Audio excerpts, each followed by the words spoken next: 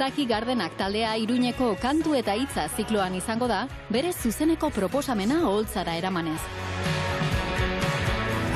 Jon Basagurenek gidatutako proiektuak indie rockaren eta poparen arteko soinuak lantzen ditu.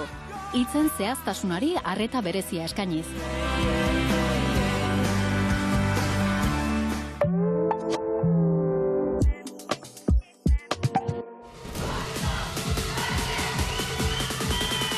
La Noche antzezlanak diskoteka baten giroa antzokira eramaten du. Pabellon 6ko espazioa klub bihurtuz eta publikoari festa esperientzia zuzen eta murgiltzailea eskainiz.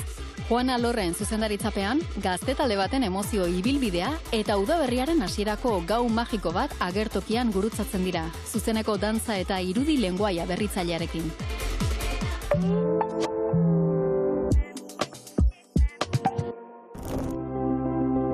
Node taldeak emakumeak dantza garaikide pieza aurkeztuko du Donostian, Saharar emakumeen aurkako indarkeria oinarri hartuta.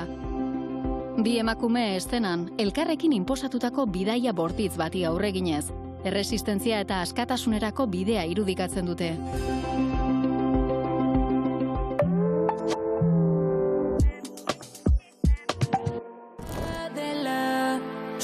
Bilbao BBK Live jaialdiak herrian ekimena eramango du Durangora, zuzeneko musikaz eta askotariko proposamen kulturalez osatutako eguneko jaialdian.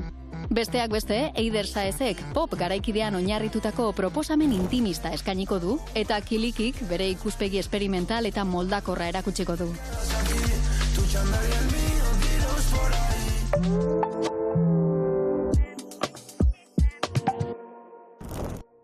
Irrintzi euskal zinema feministaren aitzindaritzat jotzen den Mirentxu Loiarteren film labur esperimentala da. Euskal zineman eragin handia izan zuena. Lana abiapuntu hartuta, Irrintziaren oihartzunak filmak, haren arrasto estetiko eta politikoa berrirakurtzen du Iratxe Fresnedaren begiradatik.